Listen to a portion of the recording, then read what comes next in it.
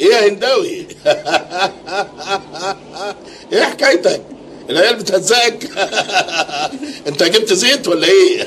لا يا سعاده البيه، زيت ايه؟ لا انا بس زي ما تقول يعني باخد على الجو كده يعني. المهم يا سعاده البيه، المهم يا بيه، انا جاي اقول لسعادتك واحكي لك على العيال اللي بتودود وترغي في بلدنا. بيرغوا يا بيه على محصول القطن اللي اتوكسنا فيه، والبرسيم اللي مرطرط يا سعاده البيه، اللي مرطرط. قلت لهم بس يا خايب يا خايب انت وهو. الله، استنوا على البيه كمبوره لما ربنا يكرمه ويدخل المجلس، وهو ان شاء الله يحل المشكله ده. هي الدنيا طارت ولا طارت؟ ما هي الدنيا ما طارتش يا ناس، ما طارتش.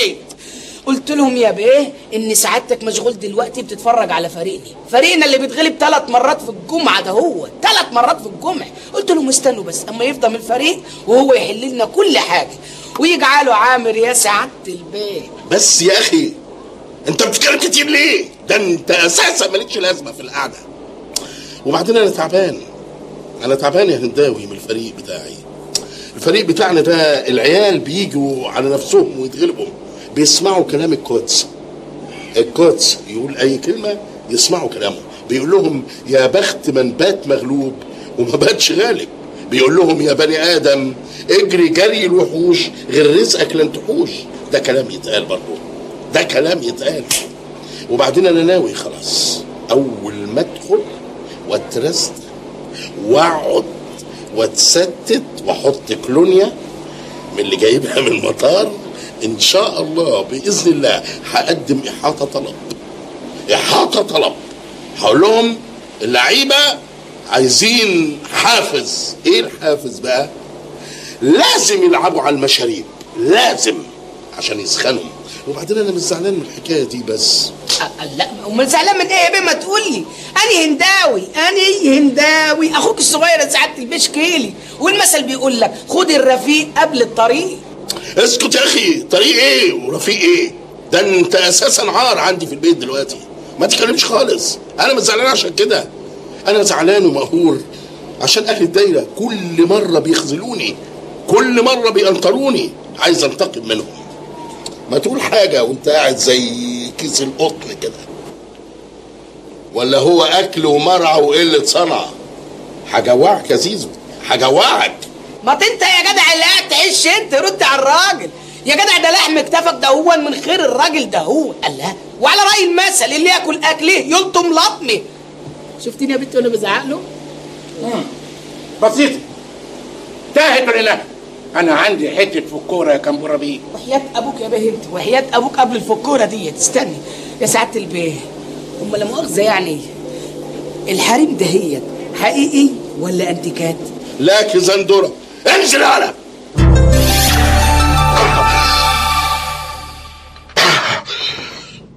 شوف يا خوجة عقدة، أنا عايز العيال المفاعيص ولاد أهالي الدايرة الأندال مفيش ولا واحد فيهم يعدي في الامتحانات بتاتا البتة. يعدوا ازاي يا كمبوره بيه؟ امال احنا لازمتنا ايه؟ والامتحانات اللي احنا بنوضحها فايدتها ايه؟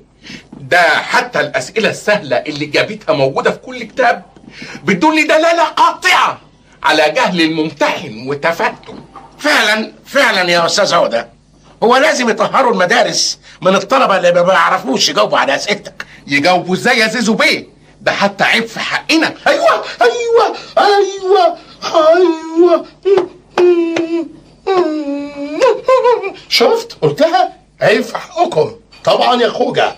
طبعا انت راجل مخيخ ودماغك ولا قدرة الفول المدمس البيتة. بقولك ايه، عايزك تضرب لي شنيور في مخيخك وتفقع قرطك بشاكوش لزق وتطلع لي أسئلة متعذرة، أسئلة صعبة، العيال يطلعوا من الامتحانات مفرهدين، وبعد ما يفرهدهم يجيبوا ورا مرشدين. اللي في الثانوي يرجع إعدادي، اللي في الإعدادي يرجع ابتدائي، اللي في الابتدائي يرجع حضانة، وفي الحضانة تصرف لهم كوافيل كامبوركو. أمال عشان أهلهم يحرمهم يسقطوني في الانتخابات. ده أول هام. تاني هام أنا عارفه يا كمبورة بيه، هنبني مدارس كامبوركو الخاصة القبول بالدولار والتبرعات بالاسترليني والنجاح بالين اليوغوسلافي، وسلم لي على التعليم الخاص يا خوجة. خوجة يا خارجة من باب الحمام وكل خد عليه خوجة.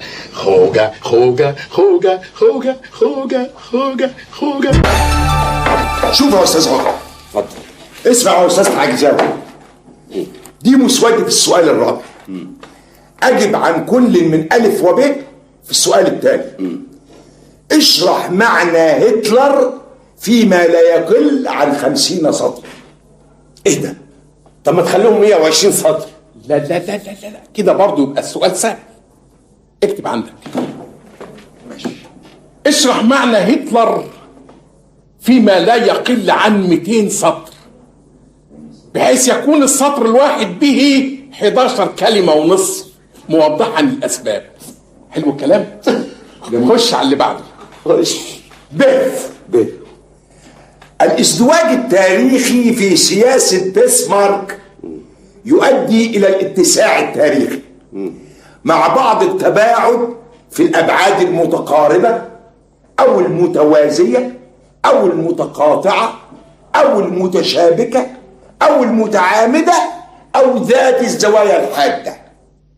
اشرح معنى هذه العبارة المبسطة شرحا وافيا فيما لا يقل عن 20 سطرا موضحا إجابتك بالرسم.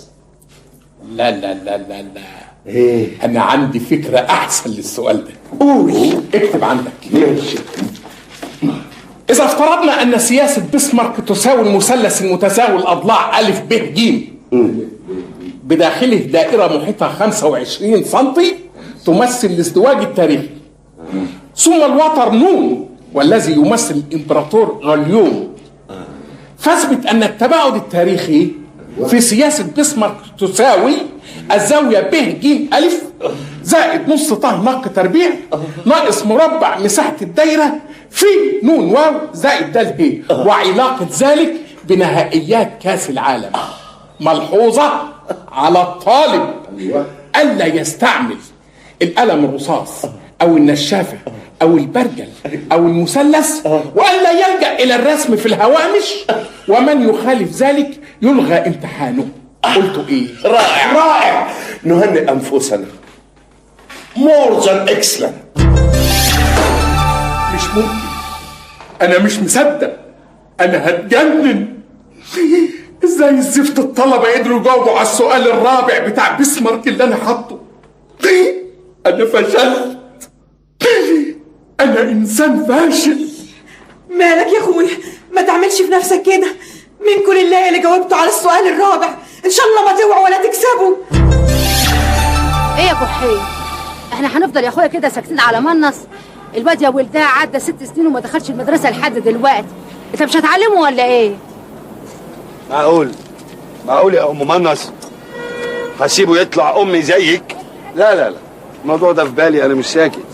انا لفيت على كل مدارس اللغات في البلد، مش عارف. المصاريف مش اشكال، معقولة يعني 2500 3000 مش اشكال. الاشكال ان المستوى بقى في النازل، بقوا بيلموا يا ام منص بيلموا. ده غير ان الخدمات بقت متدهورة. المدرسة اللي فيها بيسين ما فيهاش جمنازيوم، المدرسة اللي فيها ملاعب تنس ما فيهاش تعليم باليه. مش ممكن انا اغامر بمستقبل الولد واطلعه معقد يا ام منص. لا انا بفكر ان انا اسفره يتعلم بره. وما سكتش، انا بعت ابلكيشن ردوا عليا، اوكسفورد هاي سكول وبرايتون هاي سكول، بس انا محتار اوديه اني مدرسه فيهم. فكري معايا يا ام منص. والله يا ابو منص انا بفكر نسلمه للاحداث. انا مندهش ليه الطلبه من دول واهاليهم من دوكوما بيشتكوا من صعوبه اسئله الثانويه العامه، مع ان احنا استجبنا لمطالبهم. احنا الغينا الثانويه العامه القديمه واستبدلناها بالثانويه العامه الجديده المعدله اللي ما حدش فاهم منها حاجه. طبعا احنا كان هدفنا ان احنا نلخبط الاساتذه مش الطلبه. قولي لي ليه؟ ليه؟ علشان ننشئ معهد عالي متخصص لفك شفره الثانويه العامه الجديده. طيب والمعهد ده هتسموه ايه يا كوماندا باشا؟ ان شاء الله المعهد ده هنسموه المعهد العالي للثانويه العامه الجديده امس واليوم وغدا. المعهد ده هيكون مدة الدراسة فيه 5 سنوات، يلتحق فيه المدرس من دول وياخد مواد في منتهى الصعوبة علشان يضطر ياخد دروس خصوصية ويجربها وينكوي بنارها. وطبعا هيتخرج هذا المدرس من هذا المعهد وهو حاقد على نفسه ومتضايق ومتعقد وكاره الدنيا وكاره الناس، ويبطل يحط أسئلة صعبة في الثانوية العامة. وبالطريقة دي الطلبة كلها هتنجح، ولما ينجحهم مش هيلاقوا طبعا مكان في الجامعة، وبالطريقة دي هيضطروا ان هم يشتغلوا عشان يساعدوا اهاليهم. وبالشكل ده نكون احنا انتقمنا من المدرسين لصالح الطلبة، وانتقمنا من الطلبة لصالح اهاليهم، وانتقمنا من الاهالي بالتالي لصالح الدولة، ونكون بالشكل ده استريحنا من دولم ودولم ودولم.